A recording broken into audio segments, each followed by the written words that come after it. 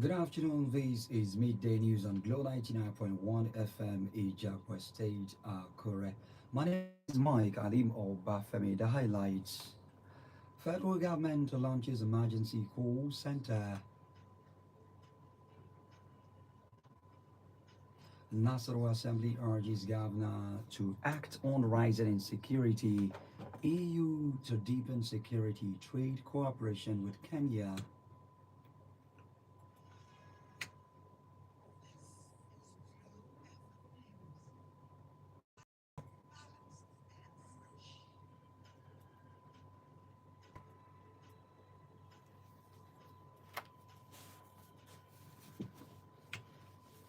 The federal government has launched an emergency call center, an ambulance system to provide prompt and efficient emergency medical services to residents, particularly in cases of flooding, fire outbreak, road accident, and other emergencies in River.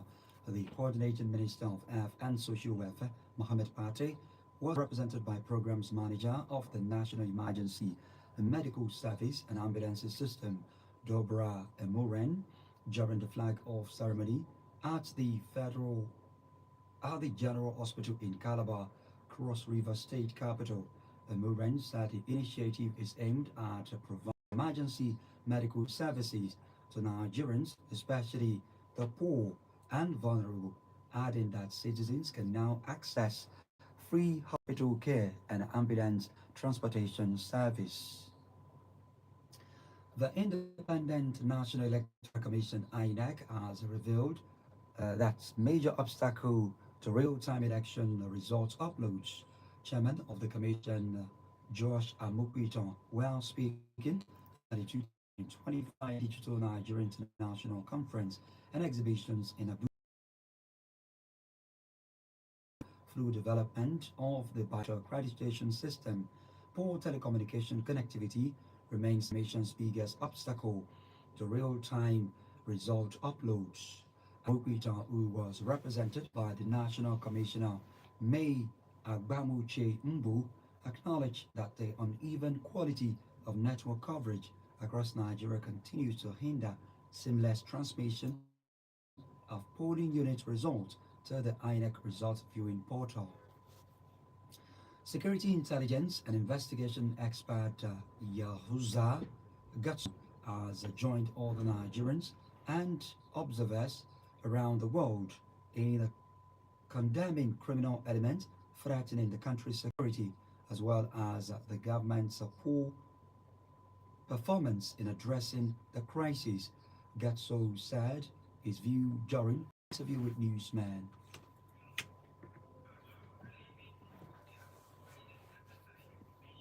Operational information to the bandits, to all the law haram and all others. So if at all we will be sincere about it, we must fix our judiciary. Because many have been apprehended as informers, many have been apprehended as suppliers of essential commodities to the bandits, and also many have been found wanted among the politicians. But the question is, have the judiciary in any way handled these issues squarely and in accordance with the law of the nation? So that could have as a deterrent for others to take lessons so that they will not participate in what is happening. But rather, you will report an informer, the informer will be arrested. But at the same time, maybe after 2 3 months, you will realize that maybe he has been arrested in Sokoto and you will have information that he is now living comfortably in Maiduguri or somewhere. He added that Nigeria's insecurity challenge is solvable if the political will exists to act decisively on the multiple fronts. Members of the Nasarawa State House of Assembly raised a fresh alarm over the escalating insecurity across the state, declaring that the safety of citizens can no longer be safeguarded. The lawmakers, visibly concerned over recent killings and kidnappings, called on Governor Abdullahi Sule to intensify efforts to hold the growing wave of violence affecting both urban and rural communities. Speaker of the House, Danladi Jatau, issued the warning while presenting the House resolution during plenary in Lafia. You're listening to the Midday News on Glow 99.1 FM Ijakwa State, Akure. Still to come on the other side of the bulletin, EU to deepen security trade cooperation with Kenya. Please stay with us. This is Glow FM News. Accurate, balanced, and fresh. You're welcome back. You're still listening to the midday news on Glow 99.1 FM Ijakwa State, Akure. You can connect with us via our website www.glow991fm.com, X handle Glow 991 FM, Facebook Glow 99.1 FM Akure, Instagram, YouTube, and TikTok at Glow 991 FM. Glow FM application is also available on Google Play Store. You can equally listen to us live via Radio Garden. Now to the rest of the bulletin.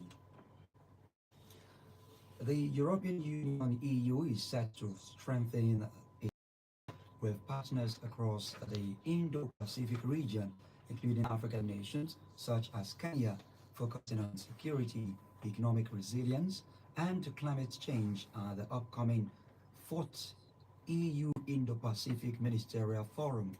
It was guided that the high-level meeting will take place in Brussels on November 20th and 21st, 2025, bringing together around 70 delegations from Europe and the Indo-Pacific, spanning from the east coast of Africa to the Pacific Islands.